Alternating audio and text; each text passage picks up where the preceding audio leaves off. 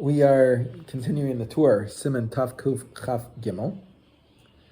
And this Siman, for most of us, not for me, but for most people, is essentially irrelevant, Bismanenu. And it deals with curry combing an animal on Yom Tov. Mikadrin behema b'Yom Tov, afal pi sheshinei hamageradas ktanos ועושה חבורה. You're allowed to do curry comb an animal on Yom Tov, even though the teeth of the tool you use to do this with, the brush you do this with, are very small, and sometimes cause tears in the animal's flesh. Shari, it's allowed. Kevin she'eino mikavein lekach, because you're not intending to do this. Kol sheken Kרצוף, and all the more so Kרצוף. This is with a duller type of comb. Shashineha gדולות, where the teeth are very large. ואינו עושה חבורה, and they don't make a חבורה. The reason why you do this, you clean off the dust and the mud and so on, and it's healthier for the animal, just like it's not healthy for a person to not wash off the dust and dirt for too long. So too with an animal. V'piרש, and the רישיה says, דרוס שלהן היו בענין שאין השער נתלש. Their curry combs were made in a way that they did not pull out the fur of the animal. And by the way, I can see this very much in the winter. It's in the summer that animals are shedding their fur, so they're not as hot. In the winter, the fur is thick and it doesn't shed as much. שלנו, but he says our curry comb, שבודאי השער נתלש, have psiק רישיה, והכל אסור. For us, where it always removes fur, therefore it's a psiק רישיה. I cannot, the case in the Gemara is, I cannot cut off the head of a chicken and not have the chicken die. Someone wants to give the head of a chicken to his child as a toy to play with, so he wants to cut off the head of the chicken to give it to the child. And he goes to ask the local rabbi, and the local rabbi says, psiק רישיה v'lo yamus, is it possible to remove the head of the chicken and have it not die? Since this is an impossibility that you're not going to remove hair, and removing hair is a malacha d'oraisa of a nitlsh tzemar, of similar to shearing the sheep, therefore it's prohibited. And this is the accepted halacha. And this is why people say you're not allowed to pet an animal on Yom Tov, a pet, if the fur comes off in your hand. But certain animals, like a poodle, if the fur doesn't come off this way, it wouldn't be a problem. Ein miyldin behema b'Yom Tov, aval mesadin עושה. You're not allowed to birth an animal on Yom Tov, but you're allowed to help it. She'oches bevlad k'dei shelo yipol la'aretz. You're allowed to hold the fetus as it's coming out and becoming a baby in the world, so it doesn't fall down. V'nopeach lo b'chotmo. I'm allowed to blow in its nostrils. V'nosin lo dadlo toch piv. I'm allowed to put the teat in the animal's mouth so it sucks. Peima tahora shirachaka vlada. If it's a tahor animal as opposed to a tummy animal, the difference here is that a tahor animal, I could have slaughtered it on Yom Tov, and then the vlad would, the fetus would also be permitted to eat, so therefore it's not muktzah, whereas a non-kosher animal, the fetus would be muktzah when it's born into an animal, and so I can't move it, can't do anything with it. So it refuses to accept its fetus, its baby, for some reason. Sometimes animals will reject their young. Mutter lezalef min shilyasa aleha. I'm allowed to drip from the afterbirth, from the placenta onto the animal. It will give it the scent of the mother, and therefore she might accept it. Velitein milei ogrof melech berachman. I'm allowed to put salt in the womb of the animal. I don't know why they did this. It says kadesh dirachim alav, so it will have compassion on its baby. But you're not allowed to do this for a tummy animal. All right, that is, as I said, for most of us today, a completely and totally theoretical thing, except for petting pets. Ein olin siman tav kuf chaf dalet, chapter 524. Ein olin al gabi ilan b'Yom Tov. You're not allowed to climb a tree on Yom Tov. Now, most adults don't climb trees anyway. Some do, but most don't climb. But children very often climb trees. Young people often climb trees. When you get to my age, you don't climb trees so much anymore. Velo rochvin al gabe behema. You're not allowed to ride an animal. Velo shatin al pnei hamayim.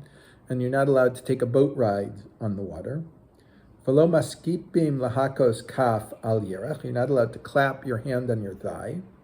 Velo matpichim lahakos kaf al klaf. You're not allowed to clap. Lo b'chamaso velo derech simcha. Not because you're angry or you're doing it as a thing of simcha. You're clapping along with the tune. Velo miraktin, and you don't dance. Velo danin, and you're not allowed to conduct any type of din Torah. The Rabbeinu Tam, according to Rabbeinu Tam, hecha de'eka da'adif mina, something better. Aval ileka da'adif mina, sorry, but if there's nothing better, you can do it. V'lo Rashi aser b'chol inyan. Rashi says it's always prohibited. V'lahes hiskim aviyadini harosh. And this is my father, the Rosh agreed to, and we'll see what we mean by ein danin in a minute. V'lo mikadshi. You're not allowed to do mikade. You're not allowed to sanctify something. You're not allowed to get married, and this is only if you have a wife and children, according to Rashi. According to Rabbeinu Tam, meaning if you've never been married and you don't have children, and therefore it would be necessary you have to get married in order to fulfill the mitzvah of pru or vu, being fruitful and multiply. Therefore, in such a circumstance, you would be allowed to get married on Yom Tov, according to Rabbeinu Tam. For the Rashi, asur b'kol inyan. Rashi says it's always asur, wait until tomorrow. And this is what my father, the Rosh, agrees to. V'lo megarshin, you cannot divorce, meaning that would have to have obviously been written before Yom Tov, but we haven't had a chance to deliver it yet, or maybe it's a gedol yidei shliach. We're not allowed to give it on Yom Tov. V'lo miyavmin, and you're not allowed to do yibum on Yom Tov. V'lo choltzin, you're not allowed to chalitza. V'lo makdishin, v'lo ma'archin, v'lo machamrin. We're not allowed to dedicate something, not give it to a shul, the temple, whatever. We can't be marich. This is when someone says the value of this person or this object I have to give to some tzedakah or to the temple. V'lo machrimim, we can't make something cherem, set aside for the temple. V'lo mafrishin trumos maisers, you can't separate away trumos maisers. Afilu litnam lekohen bo b'yom, even if I want to give them to a kohen today. Meaning, there's a kohen here, and he likes apples, but he's finished off his apples, and I have a whole apple crop in my store, my warehouse that I haven't separated trumos and maisers from. So I could say, listen, the kohen needs apples. I can take some apples as truma for him, give them to him, right? And then I'll have apples. And then no. V'davka de tavil me'etzmo. That's only if they became, meaning before Yantif, they were already here and required separating trumos and maisers. Aval tavil bo b'yom. But something that became mixed up, became obligated in separating trumos and maisers on Yom Tov, kagon shalash isa, like a woman is kneading dough, right? Separating the challah only becomes an obligation once I have dough. Before I have dough, there's no obligation to separate challah from it, right? So, and a woman is, of course, allowed to bake challah on Yom Tov, because challah that's baked today is better than the challah that was baked yesterday, even if you warm it up and you do all these other things that we do, right? Today's challah is better than yesterday's challah. Mutter lehafrish mimenu challah. Then I can separate the challah, and if we happen to have a kohen that's tahor, he can eat it. V'kulan im asau bein shogeg bein mizidin masha asasui. In any case, any of these things that we said are prohibited, if you actually do them on Yom Tov, what's done is done. Whether you did it intentionally, accidentally, whatever, that's irrelevant. It's done and it's said. Now, the eker reason why we're not allowed to do many of these things, like we're not allowed to give the get, it was already written. We're not allowed to yibum chalitza. We're not allowed to dedicate things to the temple. Is the Rishonim explain a shaila of writing, that we may want to record this action. Normally, as soon as a get is given, the dayanim sign the document and give it to the woman saying she's been divorced, or she's undergone chalitza, and so on, or we have to write the ksuva for the abhama. So because we might just, since we're so used to recording these things, therefore we might record them on Yom Tov also, therefore we're prohibited to do them at all. And once we're prohibited to do some of these things, therefore other things follow along with them. In separating Trumas Meisers, really, this is a different thing, because you don't record that you've separated Trumas and Meisers. We have no record of such thing. However, there is an idea that anything that I could have done Erev Yantif, even though normally it would be mutter on Yantif, I'm not allowed to do it on Yantif. So in terms of cooking, things that will be just as good if I cooked them yesterday as I cooked them today, I'm not allowed to cook them today on Yom Tov. I have to cook them yesterday and it will be fine. Things that are better if they're freshly cooked or baked or whatever, that I am allowed to do. So too, if I have a warehouse full of apples, Erev Yantif, I should have separated the Trumas and Meises from it, Erev Yantif. Wait till Yantif, it's a wait late more. That's not a reason to do it now, because I could have done it in the past. Everything that I can do before Yantif, I'm supposed to do before Yantif. But in terms of baking bread, it's better today. I mean, nowadays most women view it as a schlep on Yantif to bake bread. Therefore, they don't do it on Yom Tov. But it used to be that women did. And therefore, if she's kneading her dough, she has to separate the challah from it and give it to the Kohen. So with the Trumas and Meises, that's a different din than the rest of these, which were because of writing. That's the regular din of you have to do everything you can before Yantif to be able to use something in Yantif. Now, we have said that stores that sell food and so on are allowed to be opened on Yom Tov and conduct their business in a slightly different way. Now, we can't handle money on Yom Tov, so obviously if I'm receiving merchandise from the store, I'm essentially taking a loan. So what is the status of those loans? The reason why I think it's here is because of there's an issue of whether you can write these loans down after Yom Tov. Would you want to write them down on Yom Tov?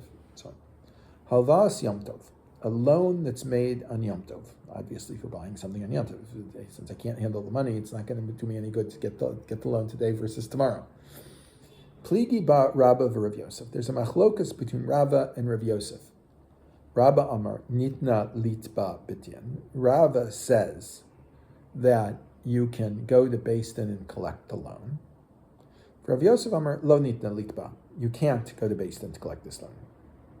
Yesh poskim ka Rav Yosef. Some people paskin like Rav Yosef that you cannot collect the loan. For Valfas pasach ka Rava, and the Alfasi, the Rif, paskin like Rabba that you can collect the loan. The Ken das Tosfos. This is also the opinion of Tosfos. Kasav Rambam. The Rambam writes. This is another halacha. We're now done with this, and the idea is that Rav Yosef says you cannot write this loan down after Yom Tov, right? You can't do it. And Rabba says you can write it down after Yom Tov. He recorded after Yom Tov, so you could have witnesses to it, and they could write the shtar after Yom Tov and give it to you, and so on, and then you would be able to use this shtar to collect with later. And Rav Yosef says you can't do that because then people might be inclined to want to write the shtar in Yom Tov, and that is not such a good idea. And Rabbi says he doesn't have that concern. Kasav Rambam. The Rambam writes, Gabei tzedakah govim min hachatzeros b'Yom Tov. The Gabbai Tzedakah, these people would go around and collect taxes to distribute to the poor. Avalo yach rizu, but they don't make public announcements, like they do on weekdays. Aval goving betzina, but they can collect privately. And they're allowed to distribute it privately literally into the chest of the recipient. And in each small neighborhood, they can collect in this neighborhood and give to people in this neighborhood, but they can't take large quantities of food and wine and so on that are needed for Yontif from one place to another, because that is a public act that would come out. It's a very interesting story. There is a sefer b'mechitzatan shel Gdolei Yisrael that was written. I don't remember the name who wrote it, but he dealt with all Gdolei Yisrael from Litvischer, Hasidisha, you name it. He dealt with them, all of them of all kinds, Yakis and so on, in the 1800s. And he wrote a sefer about it in Yiddish, and it was published in the 1920s in Yiddish, and it was translated in Hebrew in the 1950s, B'mechitzatan shel Gdolei Yisrael, within the mechitza within the inner sanctum of Gdolei Yisrael. And he describes the personalities of these Gedolim in ways that are not so common for us to be aware of. And when he's describing Reb Chaim Soloveitchik, he said there was a place in Sarasdrasha where people would come for vacations. Well, the wealthy would come, Rabbanim would come, and also poor people would come to collect from the wealthy people that vacationed there. And so he and a friend are the Gabbai Tzedakah for collecting everything. And Reb Chaim Soloveitchik says to them, this is fine that the two of you are collecting, because it says you can collect with two, but you're supposed to distribute with a beis din of three. So they agree that Reb Chaim will join them for the beis din of how they're going to distribute the money. And Reb Chaim is interviewing all of the poor that have come during the entire season that they're there, and they've gathered several thousand rubles, which is a huge amount of money, to distribute to the poor. And Reb Chaim comes up with a list of how much they have to give to each person, and it's 2,000 more rubles than they've collected. And they say, we don't have it, we have to reduce it. Reb Chaim goes carefully through the list, describing each person and what their condition is and how we can't conceivably give them any less than this. And his conclusion is they have to go out and raise 2,000 more rubles, which they end up doing. And he concludes at the end of this part of his description of Reb Chaim, he says, it goes without saying that we never included him again in the beis din for distributing the money for the poor. So it is important to be aware of the realities. And they did not have neighborhoods that had rich and poor separated the way we have wealthy neighborhoods and poor neighborhoods.